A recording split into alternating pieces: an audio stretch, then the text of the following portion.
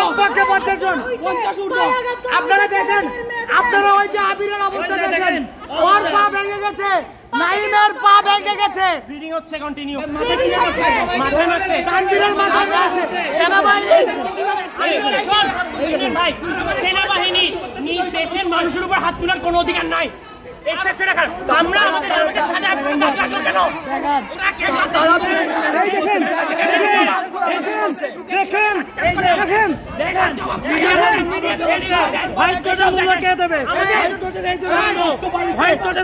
সাথে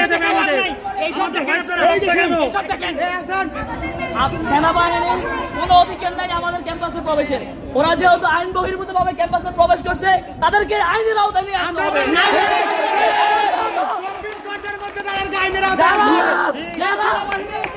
সেনাবাহিনী থাকবে সীমান্তে, সে কেন রাস্তায় শিক্ষার্থীদের উপর হাত তুলে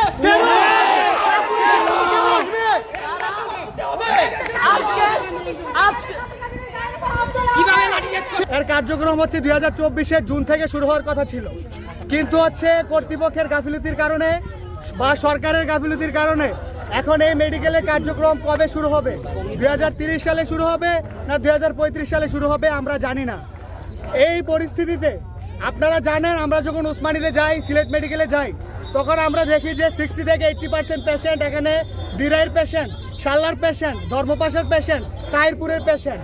তো এই পরিস্থিতিতে যখন একটা পেশেন্ট যখন হার্ট অ্যাটাক করে, স্ট্রোক করে, সে সময় দেওয়া হচ্ছে আধা ঘন্টা, তো তাকে দেখা যায় এমন করুণ কাহিনী আমরা অনেক শুনেছি যে তারা হচ্ছে হসপিটালে নিতে নিতে তার পেশেন্ট মারা গিয়েছে।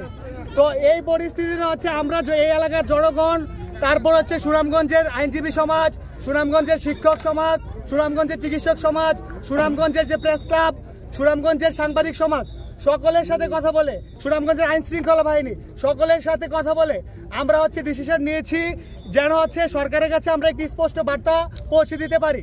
সরকার যেন জানতে পারে এটা শুধু সুনামগঞ্জ মেডিকেলের কতিপয় স্টুডেন্টের দাবি নয়, এটা হচ্ছে ছাত্র জনতার দাবি। আমাদের দাবি হচ্ছে এখানে 2025 সালে 5 মিনিট সময় দিচ্ছে না, 5 মিনিট তো সময় দিচ্ছে, 5 মিনিট সময় দিচ্ছে।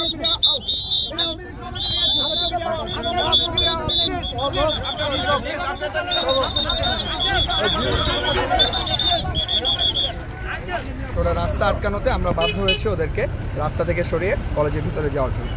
ঠিক আছে, ওদের দাবির প্রতি আমার সম্মান আছে, বাট এখন যেহেতু এটা চলমান প্রক্রিয়া আমি কোনো কমেন্ট করবো না। কোনো হতাহত হয়েছে কিনা? কোনো হতাহত হয়নি, কিছুই হয়নি।